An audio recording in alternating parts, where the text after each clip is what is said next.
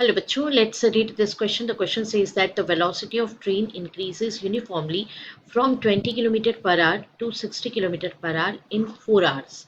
The distance traveled by the train during this period is. Options are 160 km, 180 km, 100 km, 120 km. We have to choose the correct option. आइए बच्चों इसके लिए हम discuss करते हैं की कंसेप्ट। तो बच्चों की कंसेप्ट में हम आपको बता दें कि फॉर्मूला है एवरेज वेलोसिटी कैलकुलेट करने के लिए, that is average velocity equals to total distance travelled upon time taken. So v average equals to s by t. आइए अब देखते हैं solution.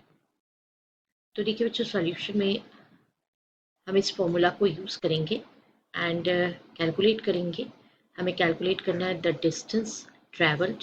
So distance travelled s is equals to average velocity into time taken. अभी v average हमको calculate करना है तो हमें जो वेलोसिटीज़ का वैल्यू गिवन है उस पर हम फोकस कर लेते हैं कि इनिशियली उसका वेलोसिटी 20 किलोमीटर पर आवर है और फिर इंक्रीज हो जाने के बाद 60 किलोमीटर पर आवर हो जाता है। तो we have two values v1 plus v2 divided by 2 करेंगे तो हमें एवरेज वैल्यू मिलेगा and these values are 20 plus 60 divided by 2, that is equals to 80 divided by 2, that is 40 kilometre per hour. बच्चों हमको इसको मीटर पर सेकेंड में convert इसलिए नहीं करना है क्योंकि यहाँ पर टाइम हमें आवर्स में गिवन है।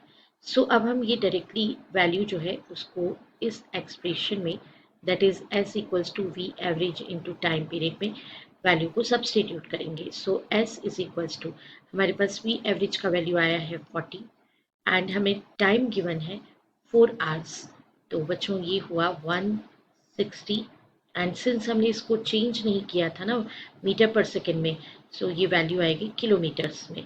So option A is the right option.